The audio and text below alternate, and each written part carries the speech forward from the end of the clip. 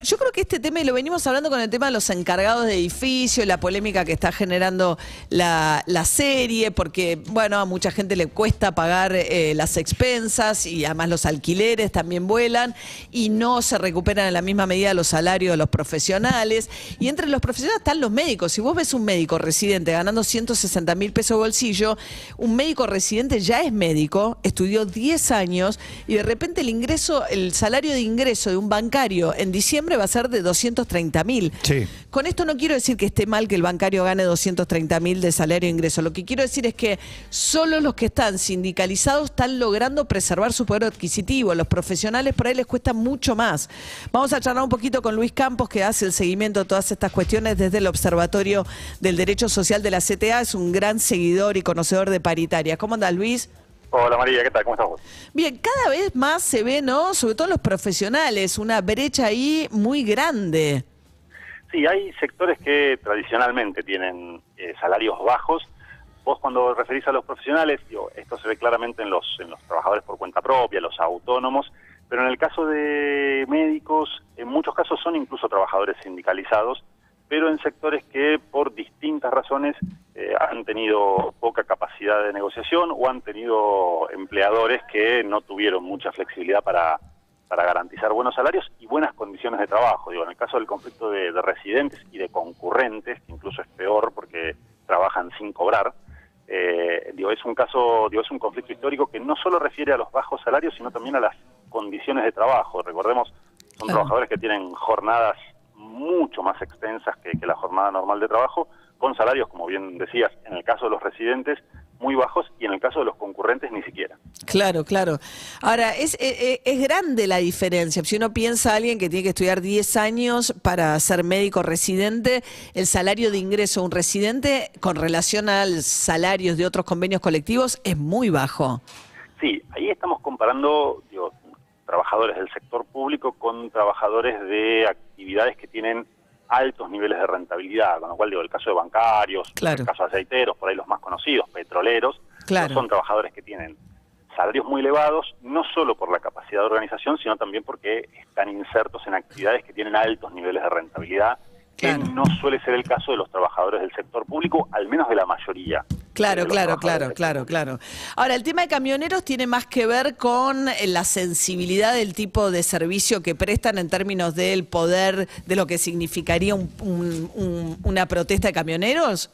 Sí, a camioneros está dentro de lo que llamaríamos una actividad estratégica. Son actividades que tienen un alto nivel de una alta capacidad de conflicto por la actividad en la cual están insertos. Claro. Un paro de camioneros es un paro que termina generando una obstaculización a casi toda la actividad económica.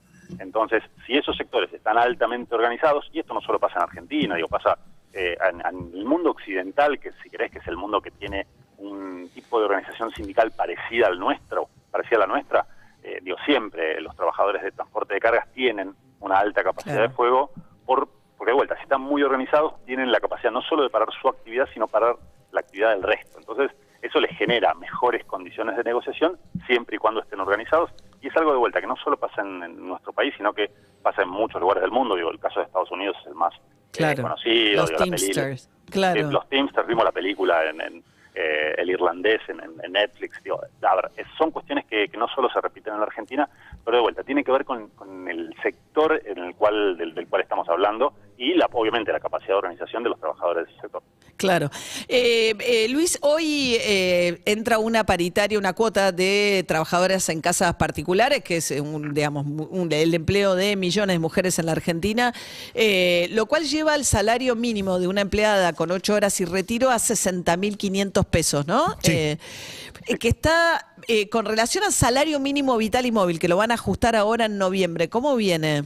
Está apenas por encima. El trabajo en casas particulares ya hace varios años que viene mirando como referencia indirecta, porque no se les aplica directamente el salario mínimo vital y móvil, pero sí se mira de manera indirecta y viene un poco a la par. Algunos meses queda por debajo, este mes va a quedar levemente por encima.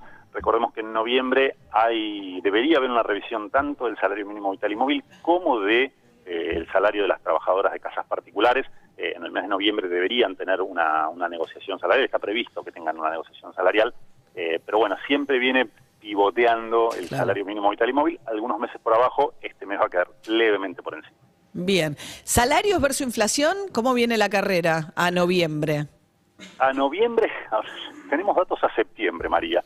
En cualquier lugar del mundo, 2 meses de demora, te diría, serían anteayer. En Argentina es bastante más complejo. Te cambia todo, claro. Ayer se publicaron datos, el INDEC publicó datos de agosto y el Ministerio de Trabajo publicó datos de septiembre. En septiembre, el salario de los trabajadores registrados creció un 6,2%, levemente por encima de la inflación. Digo, una décima por encima de la inflación. 6,3 contra 6,2. Exactamente. 6,3 de los registrados, sí, ¿no? Sí. El trabajo no registrado, que es el 40%, no. El trabajo no registrado, tuvimos datos de agosto, que creció un 5,4%, recordemos en agosto había crecido el 7% la inflación, Claro. Y ahí sí, el salario en los últimos años lamentablemente se viene derritiendo. O sea, Claro. comparación con diciembre del 2019, digo, para ver un poco la gestión de Alberto Fernández, tenemos una caída superior al 15%. O sea, los salarios de trabajadores no registrados desde que asumió Alberto Fernández perdieron un 15% de poder adquisitivo. Un 15%. Y los registrados están iguales. Están empatados. Están empatados. El sector público perdió un 5%. Pero ¿El sector público perdió un 5%? Un 5% durante la gestión de Alberto Fernández. Luis Campos, coordinador del Observatorio del Derecho Social de la CTA. Gracias, Luis, como siempre. María, un beso para vos. Hasta luego. Auspicia el clima, Europa. ¡Jopo! María, bueno, se acabó la circulación de aire.